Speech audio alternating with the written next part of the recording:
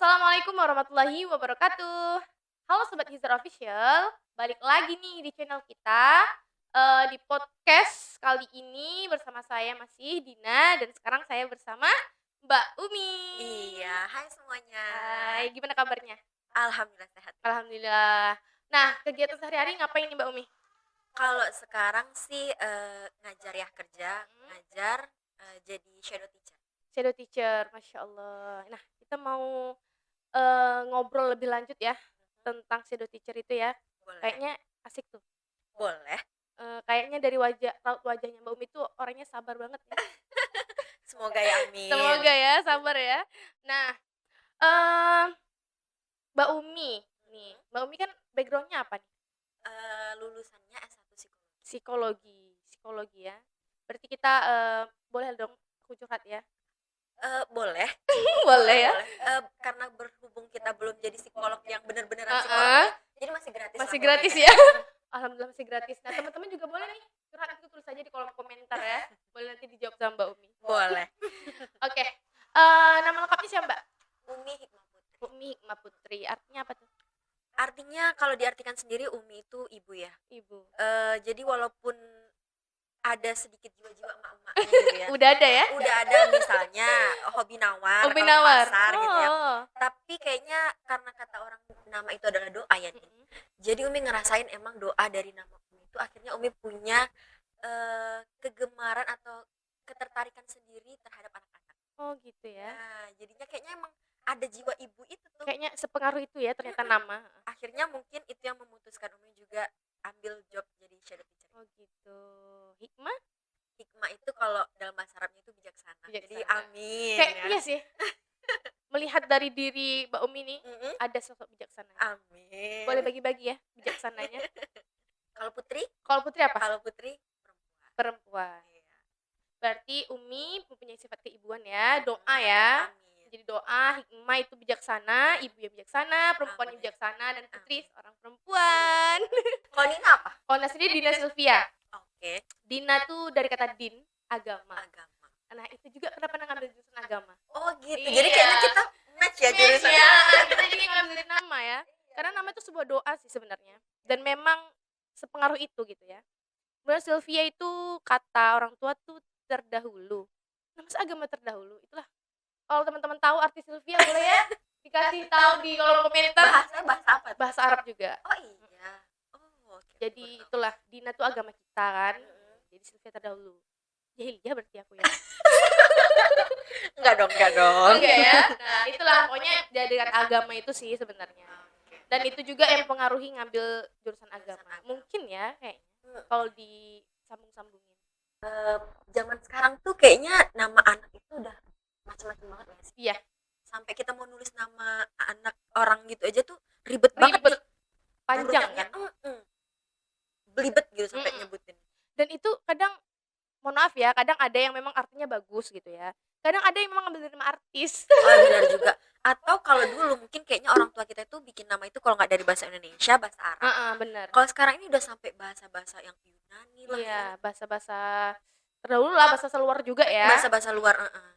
Itu juga kayaknya mungkin punya doa tersendiri ya Iya mungkin. dari Iya. nama-nama. Terus mungkin biar unik dan tidak ada yang sama kali gitu. Ya. Karena nama kita pasaran juga kayak Pasaran bener banget sih. ya. Oke, next. Oke, lanjut aja lah ya. Oke, tadi Nat tertarik nih Mbak Umi cerita tentang jurusannya psikologi. Oke. Nah, psikologi itu kan berkaitan dengan ilmu kejiwaan ya. Iya benar.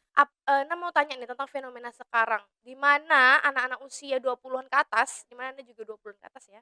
Mbak Umi juga kan? Alhamdulillah masih. Masih belum 30-an ya? belum dong. 30-an. Nah, itu banyak yang rentan dengan stres. Oke. Nah, menurut Mbak Umi itu wajar atau memang ada penyakit tertentu gitu? Kadang stresnya tuh kadang berlebihan gitu loh. Berlebihannya itu kalau misalnya kita bicara stresnya aja ya nih. Itu wajar ya sebagai makhluk hidup, jangan kan sebagai anak yang orang yang usia 20-an. Sebagai makhluk hidup aja itu stres. Wajar gitu ya. Wajar. Namanya hidup pasti ada ujian, pasti ada cobaan, pasti ada tantangan. Jadi kalau stres itu bagian dari gimana kita merespon tantangan itu. Itu jadi sangat wajar. Tapi kalau misalnya Nina bilang berlebihan, berlebihannya gimana dulu nih? Misalnya nih masalah sepele aja gitu ya. Oke. Nah, anak-anak yang kuliahan itu kan umur 20-an ke atas nih, masalah tugas akhir kah, atau masalah pekerjaan. Sebenarnya kita nggak bisa anggap sepele kan semua masalah, cuman kadang stresnya itu berlarut-larut gitu loh. Kadang mukulin diri sendiri, bahkan Oke. melukai diri sendiri, itu termasuk penyakit atau gimana tuh? Kalau misalnya dia udah, sampai responnya itu di luar dari kebiasaan, menurut Umi itu sudah ada indikasi gangguan gitu ya. Maksudnya kita harus gangguan tuh nggak mesti harus kita bilang gila gitu ya, tapi Mhm. pasti ada gangguan gitu ya dalam psikologisnya yang layak yang harus untuk, diperiksakan, Mhm. untuk dipedulikan gitu ya. Kalau misalnya stres itu wajar, tapi kalau sampai responnya itu negatif, baik itu negatif untuk dirinya Mhm. ataupun bisa berdampak negatif untuk orang di sekitarnya, maka itu sudah di luar daripada kebiasaan, udah Mhm. nggak wajar lagi. Jadi kalau misalnya sampai bahkan menyakiti diri sendiri atau biasa yang kita kenal mungkin sampai self harm. Apa tuh? Self harm itu adalah kegiatan aktivitas yang dilakukan orang itu ketika dia mengalami stres, kemudian dia mengalihkan stresnya itu kepada kegiatan yang menyakiti dirinya Oh, sendiri. itu namanya self harm ya? Self harm, tapi nggak sampai kalau kita bilang self harm ini ibaratnya kayak anak tangganya sampai orang mau bunuh diri gitu ya, tapi Mhm. nggak sampai tahap bunuh diri nih, cukup sampai di tahap menyakiti diri sendiri. Oh, Itu begitu self ya? harm. Jadi kalau misalnya Nina bilang tadi jedot-jedotin kepala atau Mhm, ke mungkin ada yang tembok, sampai yang kita mungkin sering lah ya tahu yang sampai melukai, motong, ngiris melukai, gitu ya? mengiris, Heeh. menyayat. Kalau anak zaman sekarang tuh nyebutnya ngebarkot. Ngebarcode namanya? Ngebarkot ini pernah dengar nggak sih? Enggak, Umi juga baru dengar ketika Umi ngebarcode? kerja sebagai shadow teacher di kalangan anak-anak Oh SMP, gitu. baru kenal tuh namanya ngebarkot. Jadi dia barcode-in diri dia sendiri gitu? Iya gitu. Ada tandanya, dia jadi puas kayak gitu? Iya, itulah yang dilakukan oleh orang-orang yang melakukan self harm. Artinya kan tuh gangguan dong. Iya. Gangguan itu kan udah di luar daripada yang kebiasaannya ya, yang Mhm. seharusnya normalnya, wajarnya. Dan itu kenapa ya? Karena setiap orang punya cara coping stresnya yang berbeda. Mhm. Kalau kita masih wajar ya coping stresnya masih wajar, mungkin nangis Mhm. boleh lah Iya, ya. Atau mungkin kita copingnya curhat ke medsos misalnya. Kalau sesekali mungkin masih wajar lah, masih tapi kalau wajar. sampai melukai diri sendiri atau Mhm. orang lain, maka itu copingnya udah coping yang negatif. Negatif ya. Nah, itu menarik sih menurut Nah, karena orang itu nganggap sepele tentang kesehatan mental gitu Mm, ya. Kadang orang mikirnya kesehatan fisik lebih penting gitu penting. ya. Bahkan ada yang nganggap kok lebay banget dia gitu, Mm, lebay gitu loh, dikit-dikit stres, dikit-dikit nangis, atau dia itu berlindung dari kata gangguan mental. Kadang kita oke. sebagai orang-orang yang awam gitu ya, nggak terlalu aware tentang kesehatan mental, Mm, ngerasa bahwa kok lebay gitu. Nah, mm. itu seberapa penting ternyata? Kalau misalnya kita bilang tadi orang akhirnya menganggap Sepele gitu ya. sepele gitu ya, harusnya tentunya jangan. Jangan. Entah itu kita menganggap diri kita, masalah kita itu sepele, Mhm. jangan, atau menganggap masalah orang lain juga sepele, itu jangan. Mhm.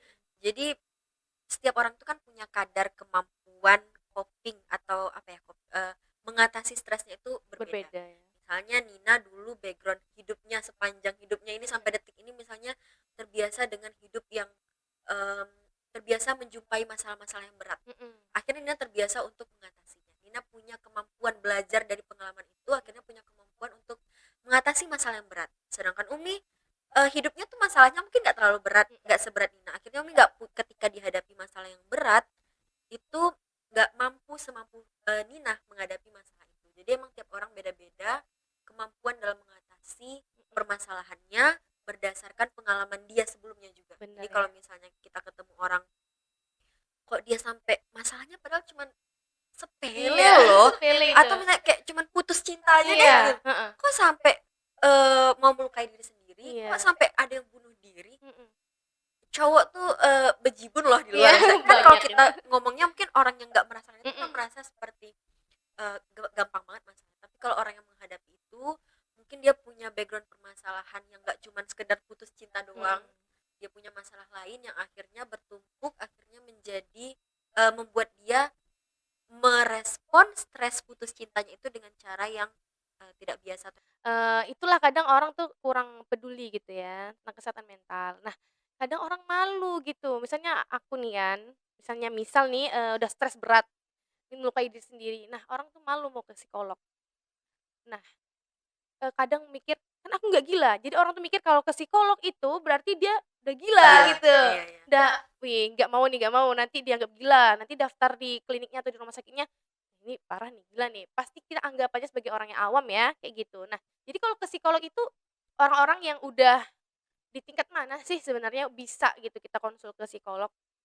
Kalau menurut Umi ketika ngerasa kita tidak mampu, Mhm, tidak mumpuni untuk menghadapi kondisi mental kita saat itu, ya udah datang aja. mhm. Mampu nggak mampu itu kan takarannya kayak tadi beda-beda setiap orang. Beda. Jadi ketika kita nih menilai, oke ini udah nggak sanggup nih, udah angkat tangan deh, Iya. ya udah datang aja ke layanan psikologis biar kita dibantu. Gitu. Jadi nggak mesti harus em, gila dulu, eh, udah nggak kenal diri sendiri, udah sampai udah nggak tahu hari, udah nggak tahu waktu Heeh. baru datang, jangan dong, ntar telat. Jadi Telat selagi ya. kita udah ngerasain, oke udah nggak bisa, udah datang aja. Mhm. Berarti untuk teman-teman juga ya semuanya kita juga harus lebih peduli pada kesehatan mental kita gitu Iya ya. benar. Nggak cuman kesehatan fisik yang kita, jaga gitu, tapi mental juga harus dijaga. Nah, kalau misalnya udah nggak sanggup nih, bebannya udah berat, nggak ada teman cerita, boleh mungkin ya ke psikolog gitu. Iya, Nah, beralih lagi nih, tadi, Mbak Umi bilang Mbak Umi itu shadow teacher ya. Nah, mau nanya-nanya nih tentang, keseharian Mbak Umi. Kan anak-anak yang di shadow teacher itu tentu punya permasalahan masing-masing ya. iya benar. Nah, gimana cara Mbak Umi itu menghadapi kadang anak yang terlalu tantrum kah? Atau yang udah hilang kesabarannya gitu? Sebagai guru atau sebagai, apa namanya, tutor Shadow teacher atau guru bayangan atau guru pembimbing. atau guru pembimbingnya itu, kadang apa yang Mbak Umi lakukan untuk menenangkan si anak itu? Kebetulan pengalaman Umi jadi shadow teacher ini baru jalan tahun kedua Tahun gitu ya. kedua. Jadi dan baru em, menghadapi satu anak doang gitu ya. Jadi baru satu case doang nih ya. Iya. Dan alhamdulillahnya rezeki pekerjaannya itu dapat anak itu yang kondisinya itu tidak begitu complicated karena beliau ini udah dari kecilnya itu udah mendapatkan terapi dan udah terbiasa punya shadow teacher. Jadi ketika bertemu Umi, dia udah dalam kondisi yang em, sangat bisa untuk untuk dibimbing gitu ya. Ada pastinya momen-momen, namanya juga anaknya spesial gitu. Ada momen-momennya yang ketika dia emosinya itu tidak stabil gitu ya, atau iya moodnya tidak stabil, tiba-tiba dia nggak mau ngerjain tugas misalnya, atau tiba-tiba dianya eh, kita minta tolong apa, atau kita minta dia ngikutin pelajaran, dianya tiba-tiba nggak mau, itu pasti ada kondisinya dan cara menghadapinya pun juga berbeda-beda nih. Beda-beda ya? Dari jalan Umi tahun kedua ini, Mhm. Umi masih terus mencari taktik gitu ya untuk menghadapi setiap tipe permasalahan yang muncul dari si anak. Mhm. Contohnya, misalnya nih kayak baru aja beberapa hari yang lalu kan ini lagi ujiannya. Iya. Dia itu nggak mau nih kalau misalnya belum menjawab satu nomor, dia nggak mau beralih ke nomor berikutnya. Mhm. Padahal kan kita udah bilang, saya udah bilang, orang tua udah bilang kalau nggak tahu lewatin aja. Iya. Ntar balik lagi. Cuman mungkin dia punya harga diri yang tinggi, Mhm. jadi merasa kalau dia nggak bisa jawab nih, itu artinya dia nggak pinter nih. Mhm. Dia pokoknya harus jawab itu, padahal dia nggak tahu jawabannya. Dan Umi pun sebagai shadow teacher, Umi memutuskan untuk nggak mau ngasih tahu jawabannya. Mhm. Emang ngasih kode-kodenya untuk membantu dia stimulus pikirannya, ingatannya tentang jawaban itu, tapi nggak Umi kasih tahu jawaban. Akhirnya dia nangis waktu itu. Oh, nangis. Dan Umi akhirnya mencari taktik gimana nih, udah coba berbagai cara supaya dia akhirnya mau kembali ke soalnya tadi, Heeh. ujiannya. Akhirnya Umi bilang sama dia, tahu nggak jawabannya apa? Dia tahu nih, kebetulan dia tahu jawabannya, cuman dia udah nggak mood nulis Heeh, lagi, nggak udah mood nggak mood dia. nulis, jadi udah nggak mau nulis gitu kan. Mhm. Tahu nggak jawabannya? Tahu, kata dia kan. Ya udah, kakak ke belakang dulu, nanti kalau kakak balik kakak cek ya udah atau belum. Nah ketika Umi bilang kakak cek ya, itu dia ngerasa ada tantangan. Mhm. Oh, berarti ini ntar dia ditantang harus udah nulis nih gitu. Nah akhirnya mood dia yang jelek tadi beralih fokusnya ke tantangan yang Umi kasih. Mhm. Akhirnya dia mau nulis. Umi ke belakang, ketika Umi balik dia udah nulis gitu. Jadi Begitu ya. setiap harinya Umi masih terus mencari cara untuk menghadapi setiap tipe permasalahan. Berarti harus memang kita inovasi ya, kita cari Hmm, triknya gimana dia sikapnya seperti ini, gimana pula kita sikapnya gitu ya, menghadapi anak tersebut gitu ya. Dan Luar biasa sih itu sebenarnya. Hanya bisa dilakukan oleh orang-orang yang memang, punya kompeten di bidangnya gitu dan juga sabar lah ya Iya, sepertinya itu kuncinya ya. kuncinya. Kuncinya sabar, oke. Nah, kan anak-anak ya, apalagi, anak-anak itu kan belum rentan dengan stres gitu ya. Kalau misalnya kita bilang rentan, justru remaja itu adalah golongan yang sangat rentan terhadap stres. Remaja ya? Dari Iya. usia berapa tuh? Mungkin kalau kita bilang remaja tuh mungkin yang kayak SMP, kayak SMA itu Mhm. tuh orang-orang yang rentan terhadap stres. Stres apa itu? Karena mungkin, nah itu tuh Iya gitu. kita sebagai orang yang katakanlah udah lebih dewasa, kita nganggap Mhm. apa sih permasalahan Apa mereka? masalahnya? Kerja enggak, makan tinggal makan, tidur Mhm. tinggal tidur, pergi sekolah tinggal belajar Iya, gitu nggak kan. nyari duit gitu Nggak kan? nyari duit. Heeh. Tapi Nin, Mhm. kita kan pernah remaja ya Nin. Pernah. Ada di situ asmara, Heeh. hormon-hormon yang menyebabkan kita jadinya jatuh cinta itu segala Gitu macam ya? itu ada di remaja. Krisis identitas. Krisis identitas, kayaknya kita pasti ngerasain semua orang, tapi mungkin case-nya itu berbeda. Gimana kita sebingung apa kita terhadap siapa sih aku. Belum Nah, nemu jati diri gitu ya? itu kan bagian permasalahan yang ada di kalangan remaja. Mhm. Belum lagi kalau misalnya kan remaja ini dia sangat figur kelekatannya itu dengan temannya, Mhm. dengan lingkungan sosial. Apa kata temen dia ngikut, nggak ke orang tua lagi. Justru apa kata orang tua tuh udah kayak bodo amat gitu Mhm. kan. Nah kalau misalnya dia dapat temennya yang baik, mungkin ya it's okay, dia akan lebih stabil mentalnya. Tapi kalau misalnya dapat temennya yang nggak positif atau yang kita bisa bilang toksik, gitu kan, itu kan jadi permasalahan lagi buat Iya. remaja. Belum lagi isu dengan orang tua tadi, karena dia lebih fokus ke teman-teman, ke dunia luar, misalnya ke sosialnya, orang tua jadinya diabaikan oleh remaja karena memang fasenya seperti itu. Fase dia ya? Sementara orang tua mungkin ada orang tua yang tidak bisa merespon itu dengan positif, akhirnya terjadi permasalahan lagi di keluarga. Jadi emang kalau kita bilang remaja itu masalahnya apa sih? Kompleks Complicated gitu ya? juga sebenarnya, kompleks juga masalahnya. Jadi emang kalau kita searching, remaja itu adalah golongan yang salah satu golongan yang rentan terhadap Tentang stres. stres. Baru tahu juga nih ya. Nah kira itu usia ya udah tamat sekolah gitu kan, menengah ke atas gitu ya, yang udah ke tahap bekerja, tahap kuliah itu stres, ternyata remaja itu stres juga ya. Mungkin karena pengendalian dirinya belum kuat mungkin ya, belum bisa mengatasi masalah dengan bijak. Nah itu jadinya kadang, penyalahgunaan respon terhadap stres dia gitu ya, bisa ke, arah negatif gitu kan. Nah, untuk pola asuh sendiri nih misalnya, nah pernah baca nih ya, Oke, apa tuh? misalnya nih anak ya, anak, nggak balita sih tapi udah agak besar dikit, usia-usia 5 tahun ke atas. Misalnya dia tuh nangis, dia tantrum gitu ya. Dia nangis, gara-gara sesuatu. Nah, kalau orang tuanya langsung gendong dia dan nenangin, katanya itu pengendalian emosinya kalau udah gede, udah besar tuh nggak stabil. Apa benar kayak gitu ya? Sebenarnya kalau masalah parenting ini Umi sampai detik ini masih terus Menggali. ngikutin berbagai informasi, karena Mhm. informasi parenting ini juga berbeda-beda. Iya, beda Setiap kan? orang yang ngasih, ada yang bilang jangan katakan jangan, ada yang bilang harus ada kata jangan untuk ngasih tahu anak ada hal yang tidak boleh dilakukan, Iya. gitu. Nah kalau misalnya pertanyaan tadi gimana cara menghadapi anak yang tantrum mungkin gitu ya, itu pun juga masih banyak banget Umi lihat informasi yang berbeda-beda. Iya.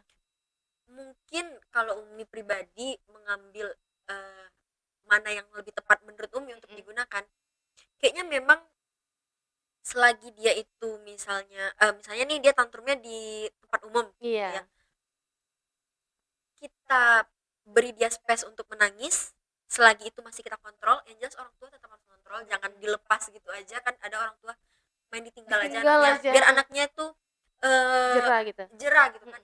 Itu juga nggak bagus. Akhirnya dia mungkin, kalau kita mikir, mungkin akhirnya ntar dia ngerasa ketika dia nangis atau ketika dia merasa rendah, lagi sedihnya gitu, orang tua ninggalin.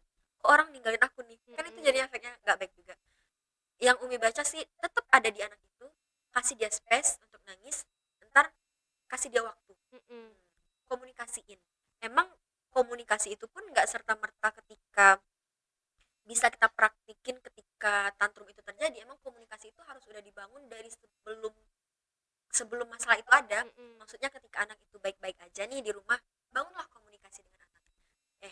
Kalau misal dia beri dia kebiasaan misalnya eh, berkomunikasi dengan baik ketika anak itu menangis.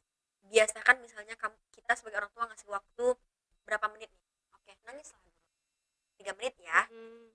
Akhirnya kalau anaknya udah terbiasa dengan pola yang seperti itu, ketika dia tantrum, itu pola itu bisa dilakukan oleh orang tua. Jadi misalnya orang tua ngasih dia waktu 3 menit untuk nangis, ntar dia nangis, terus apa nih perjanjian polanya lagi setelah nangis orang tua harusnya ngapain. Nah komunikasi itu sih kayaknya yang kayaknya perlu kita bangun, biar ketika anak itu tantrum kita tahu gimana cara.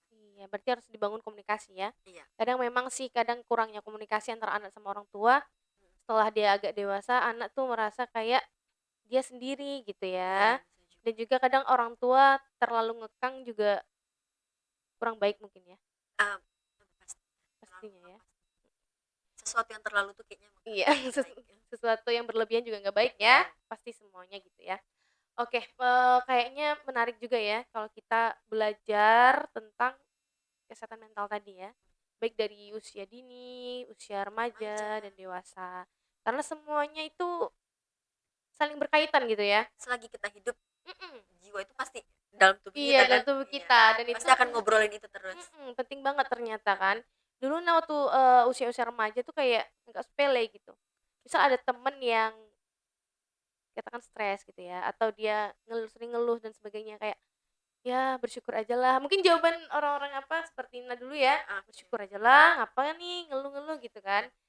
Tapi ternyata nggak semuanya itu bisa bisa reda dengan kata sabar dan bersyukur nggak sih? Iya benar. Nah, itu kadang kita juga harus memberikan support gitu kan untuk teman-teman yang mungkin lagi terganggu gitu ya atau lagi stres gitu kan. Nah, untuk anak-anak remaja nih tadi. Untuk anak remaja khususnya anak SMP, SMA itu kan belum mengenal jati diri tuh. Oke. Nah, mereka bisa tahu jati diri mereka itu dari mana sih? Dari proses pembelajaran atau memang ada mungkin tes dari psikologinya sendiri gitu? Untuk mengenal diri itu kan complicated banget. Diri itu apa dulu nih? Gitu kan. Mm-mm. Itu kalau menurut Umi dari semua kegiatan yang dilakukannya sepanjang hidupnya gitu ya. Mm-mm. Bisa dari belajarnya di sekolah, bisa dia mengenal jati dirinya dari dia ikut kegiatan ekstrakurikuler, atau dia ikut kegiatan lomba, atau mungkin dari permasalahan atau mungkin dari kondisi rumah yang dia hadapi akhirnya dia mengenal siapa dirinya, atau juga dari bantuan orang tua, dari dorongan orang tua, dukungan guru Mm-mm. gitu kan, atau mungkin teman-teman juga kalau dia punya teman circle-nya yang baik akhirnya dia bisa jadi menemukan dirinya yang sisi baiknya seperti apa, pun juga bisa dengan tes psikologi. Tes psikologi. Kan banyak banget tes psikologi ya, termasuk ada tes kepribadian juga. Mm-mm. Itu bisa dilakukan untuk kita melihat gambaran diri kita seperti Gitu ya. Kadang memang nggak semuanya itu peduli terhadap dirinya nggak sih? benar banget. Kayak ya udah jalanin aja lah seperti air mengalir gitu Itu kan. benar banget Heeh. poinnya. Nanti kalau udah kita melewati masa itu, kita jadi kebingungan sendiri. Sebenarnya aku tuh di mana gitu Benar ya? banget. Posisi aku tuh di Iya. mana gitu ya? Jadi itulah butuh bimbingan juga kan? Kalau Umi bilang, kalau kita benar banget yang Nina bilang tadi ya, itu selalu yang menjadi dasar Umi kalau misalnya ada orang nanya gimana sih caranya, gimana sih harusnya kita bersikap, gimana. Poin utama yang harus kita lakukan supaya kita aware sama diri kita, Mm-mm. mungkin kalau bilang supaya kita sehat mental nih, Iya, hal yang utama menurut Umi pribadi yang harus dilakukan adalah kenali diri sendiri, mengenal ya. mengenal diri sendiri. Jangan mengenal orang lain terus gitu ya. Mungkin ya banyak orang yang kurang peduli terhadap diri sendiri gitu ya dan nggak kenal diri sendiri. Nah, Benar. seberapa penting sih kita mengenal diri kita sendiri gitu? Kalau ditanya seberapa penting, 100% penting gitu ya. Karena ketika kita mengenal diri sendiri, mengenal itu kan kompleks banget ya pengertiannya ya. Kita tahu kita itu siapa, kita tahu kita maunya apa, kita tahu kita stresnya itu karena apa, kita tahu sedihnya, happy-nya kita itu ketika apa, kita tahu kita itu pengen diresponnya seperti apa, kita tahu kalau kita stres itu kita punya kemampuan mengatasinya itu seperti apa, copingnya seperti apa. Nah semua pertanyaan-pertanyaan itu kalau kita udah punya jawabannya, maka menurut Umi ketika kita dihadapi dengan stres ataupun gangguan ataupun apapun itu yang negatif, kita bisa meresponnya dengan positif karena kita udah punya jawaban-jawaban itu. Sebaliknya kalau kita nggak kenal sama diri kita, justru kita yang nanya kadang, aku ini gimana nih, Iya. gitu kan. Sering nggak sih kadang kan kita sedih, justru kita yang nanya ke orang, aku Heeh. nggak tahu aku maunya apa, aku nggak tahu. Orang nanya kamu mau diapain treatmentnya gitu kan, kamu mau aku gimana, aku nggak tahu gitu kan. Nah, kayaknya ngerasain kayak gitu sih. Nah, menurut Umi mengenal diri sendiri itu adalah Iya. hal utama mendasar gratis lagi yang harus kita lakukan supaya kita punya kesehatan mental yang baik. Baik gitu ya. Berarti memang harus diterapkan juga ya, kita harus kenal dulu jati diri kita sendiri, kita pengennya seperti apa gitu, kita kalau marah tuh pengennya gimana biar reda gitu ya, itu semuanya dari diri kita sendiri dulu gitu kan, Iya. baru kita bisa nanti, eee, mengetahui respon orang lain gitu ya, ingin seperti apa gitu. Iya, ibaratnya punya kaca ya di rumah gitu Heeh. kan, berkaca aja deh di rumah, ngobrol. Mhm. Karena ternyata kan nggak semua orang itu mau spend waktu untuk nyari pertanyaan dan jawaban itu atas dirinya. Gitu ya. Nah, teman-teman semuanya, penting banget ya mungkin kesehatan mental kita semuanya.